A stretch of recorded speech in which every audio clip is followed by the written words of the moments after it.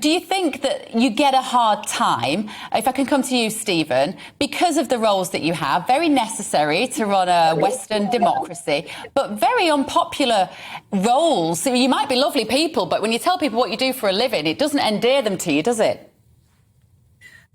In some cases it doesn't, but generally speaking, I really enjoyed my time working for the Crown Prosecution Service. I worked for other government departments as well, so I had a good breadth of experience. But no, I had a very enjoyable working life, and I would agree that most civil servants do actually work very hard. We're no different to any other workforce.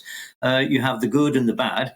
I would say that the difference with the public sector, with the civil service, is that you've got to keep an eye on it.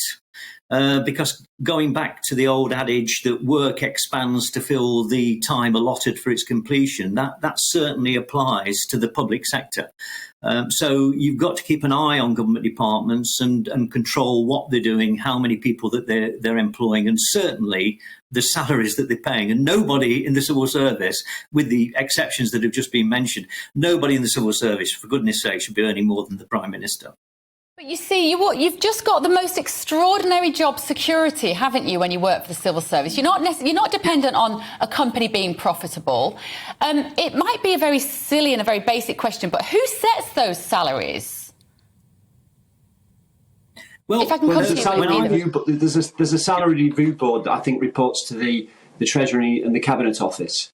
And I know for the senior civil servants, they've had a very difficult time in terms of getting any pay award for the last 10 years, as have, in fact, most senior civil servants. But the point that was made about this drift, about the numbers of staff in the civil service going up, is documented in a report released last year. It shows that there's up to 51% more managers across the civil service than there were in 2010. In 2010, there was a dip because of the austerity, and certain grades have gone up 51%, and the most senior grades have actually risen by 25% in that 10-year period. Now, that's another problem. How is that justifiable? Well, I was having a look at this morning around the number of civil servants there are and the changes over time. And it really does go downwards until you get to 2016, the EU referendum happens, and then suddenly there's this big boom. The government have said, look, we want to cut back, I think 91,000 is the figure they've given, and they say we're just trying to get back to roughly where we were in 2016. Do you think that's a fair proposal, Stephen? I certainly agree that something's got to be done. And I'm over 40, by the way, Mercy. So in the old days, back in the 80s and 90s, one of my jobs in the civil service was to actually do this sort of thing.